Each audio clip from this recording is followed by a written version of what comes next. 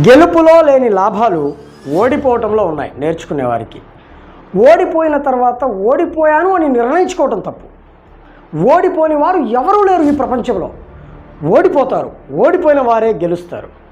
ఎగ్జామ్స్లో ఓడిపోతే జీవితంలో ఓడిపోయినట్లు కాదు, ఉద్యోగంలో ఓడిపోతే జీవితంలో ఓడిపోయినట్లు కాదు, బిజినెస్లో ఓడిపోతే జీవితంలో ఓడిపోయినట్లు కాదు, రిలేషన్స్లో ఎమోషన్స్లో ఓడిపోతే జీవితంలో ఓడిపోయినట్లు కాదు. ఏది కూడా పర్మనెంట్ ఫెయిల్యూర్ కాదు. ఎవ్వరూ కూడా మిమ్మల్ని నిలబెట్టరు ఓడిపోయినప్పుడు.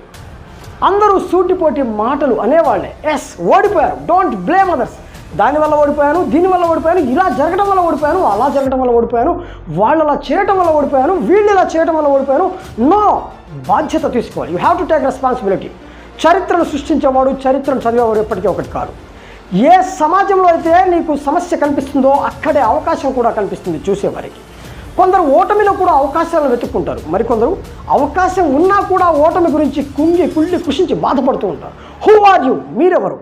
ఆశావాదా, నిరాశావాదా? ఒక్కసారి ఆలోచించుకో.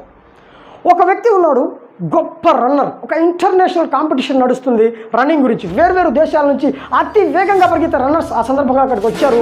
వరుసగా నిల్చున్నారు. రన్నింగ్ కాంపిటీషన్ స్టార్ట్ అయింది. అందరూ పరిగెడుతున్నారు, వేగంగా పరిగెడుతున్నారు. నేనే గెలవాలని తపనతో ఒకరు ఉన్నారు, పూర్తి వేగంతో పరిగెడుతున్నారు. కానీ ఒకడు మాత్రం నేను మాత్రం ఓడిపోకూడదని విపరీతమైన వేగంతో పరిగెడుతున్నాడు.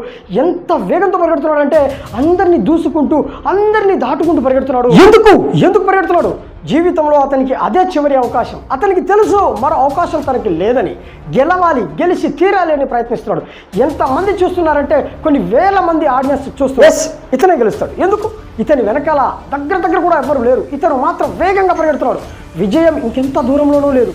దగ్గరికి వచ్చేసాడు. ఇంకా 2 సెకండ్లలో విజయం తన చేతికి వస్తుంది అనుకున్న సమయంలోనే పడిపోతాడు. ఏం జరిగింది? తన షూ, సోల్, లేస్ తెగిపోతాయి. ఎంత వేగంతో పరిగెట్టాడో అంత వేగంతో పడిపోతాడు. దెబ్బలు తగులుతాయి. సాధించాలన్న లక్ష్యాన్ని సాధించలేకపోయాడు. అందరూ చూస్తున్నారు. మరొక అవకాశం ఉందా? మరొక అవకాశం కూడా లేదు. ఆ పరిస్థితుల్లో మీరుంటే మీరేం చేస్తారు? ముఖం చాటేస్తారా? దిగులుతో, నిట్టూర్పుతో ఇంకేముంది, ఈ జీవితంలో ఇంకేం లేదు కదా, నేను సాధించింది ఇంతేనా, ఇక అవకాశమే లేదు అని చెప్పి ప్రపంచానికి కనిపించకుండా పోతారా? ఏం చేస్తారు మీరైతే? అతను ఏం చేశాడో తెలుసా? ఎందుకు ఓడిపోయానని కూర్చుని ఆలోచించాడు. ఎందుకు ఇలా జరిగింది? నా సోల్ తెగిపోయింది కాబట్టి, క్వాలిటీ లేకపోవడం వల్లనే ఇలా జరిగింది. ఈరోజు నేను ఈ విషయంలో ఓడిపోయాను, ఇక భవిష్యత్తులో ఎవరికి ఇలాంటి విషయంలో ఓటమి ఎదురు కాకూడదని చెప్పేసి ఒక షూ ఫ్యాక్టరీ తయారు చేశాడు. ఒక షూ కంపెనీ పెట్టాడు. అది అతి తక్కువ కాలంలోనే అమెరికాలోనే బిలియనీర్గా మారిపోయాడు ఆ కంపెనీ ద్వారా. ప్రపంచంలోనే పెద్ద కంపెనీగా అవతరించింది ఆ కంపెనీయే నైక్, ఫిల్ నైట్. అతను ఏం వెతికాడు? ఓడిపోయిన తర్వాత అందులో అవకాశాన్ని వెతికాడు. అంటే ఆ రోజు అతను గెలిచి ఉంటే అందరిలాగానే రన్నింగ్ విజేతగా అందరిలాగా ఒక మెడల్ తీసుకుని ఇంట్లో ఉండేవాడు. ఓడిపోయాడు. అందులో అవకాశం వెతికాడు.